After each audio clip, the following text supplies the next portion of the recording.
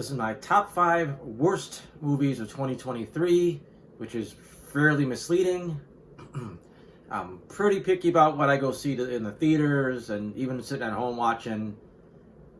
So I don't really see a lot of bad movies. It's been a long time since I saw just a horrible movie in the theaters.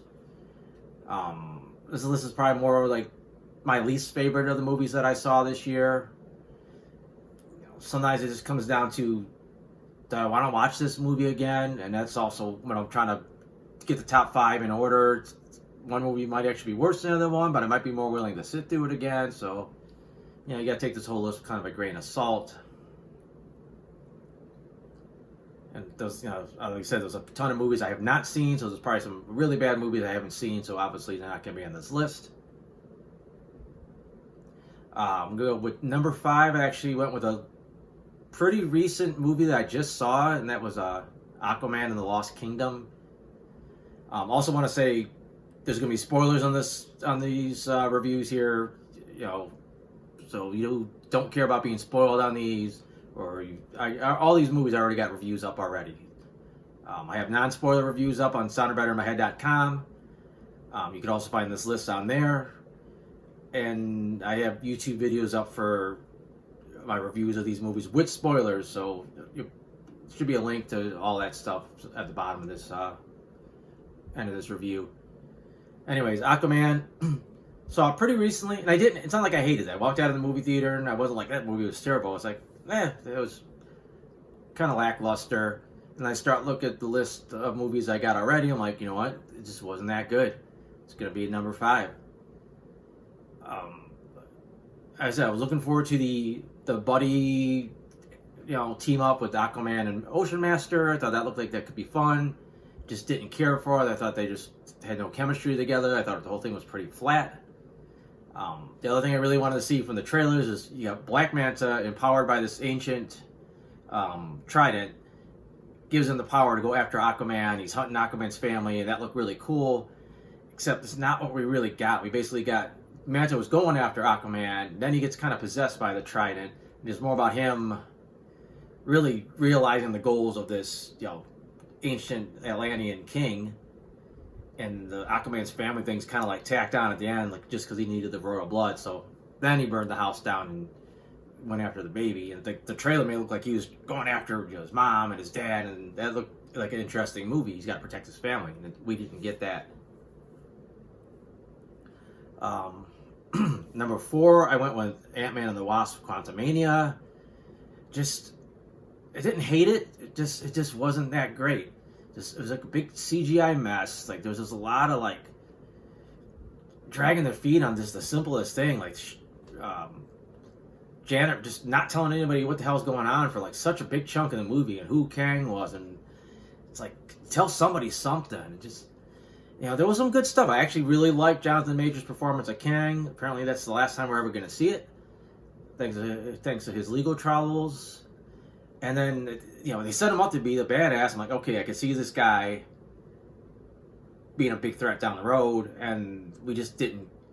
That was it. We didn't get to see it. He got taken out by Ant-Man and some ants, giant ants, but still, he got taken out by the Ant-Man team. And it's like, this is the guy that supposedly killed Avengers in alternate realities, and then Ant-Man and friends basically took him out. So like, that kind of like took the steam out of that whole thing. Number 3, I'm going with Fast X.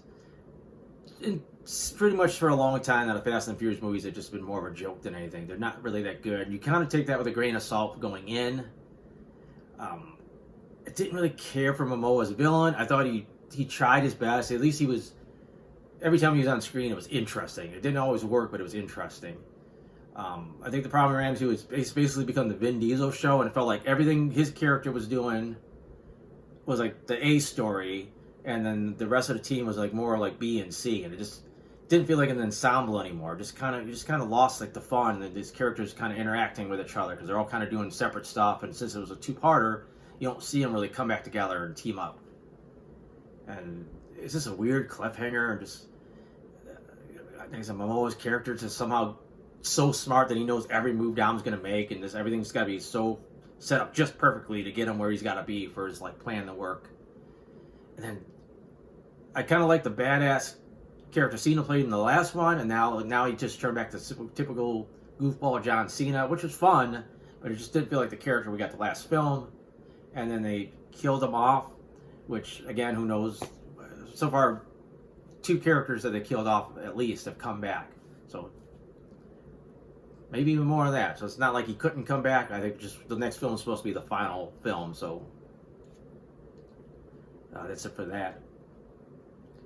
Number 2, I'm going with Indiana Jones and the Dial of Destiny, or as I've called it a bunch of times, the Dial of Dullness. Just was kind of boring, and the few action scenes just didn't really like do it for me. Like they had probably the biggest one I thought was the horse chase through the city, which was just nothing. It was just nothing to it. The whole big battle at the end it was a cool concept, seeing this like ancient battle, but it wasn't really an action scene. It was just kind of happening around them. This Indiana Jones, like he didn't want to be there, and he's just miserable the whole movie, and it takes a long time before they let you know why he's so unhappy. And you got this new girl that's shoehorned in like a retcon that her dad was best friends with Indy at one point, and now she's kind of sort of wants revenge, but not really. Like her motivations are real muddy, and like she's not even quite an anti-hero. Just she's got her own short round now, and like felt like she was just kind of usurping him a little bit for the story. They just, like I said, just because they never really gelled. I don't know, just didn't do it for me. The time travel thing was, nah. I thought they were setting up something a little bit better, and they just kind of just didn't do much with it. The opening sequence, the CG looked good for the de-aging, but just took you out of it because you know it's CG. You know that's not how he looks now, and you know when he's running across the top of a train. It's got to be a stuntman at this point.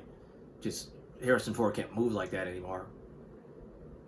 And just, like I said, it just kind of takes you out of it. It just feels like you're not really watching Indiana Jones. Even though you know it's Harrison Ford under the CG, and he's got the same voice, which on one end I kind of heard it because he didn't sound like that back then, but the other end it helps to tie it into the modern day Harrison Ford. And then the ending was just kind of this weird happy ending out of nowhere. It just seemed like it didn't fit. And then my least favorite movie of the year, and this one actually does border on being a bad movie, would be Expendables or The Expendables 4.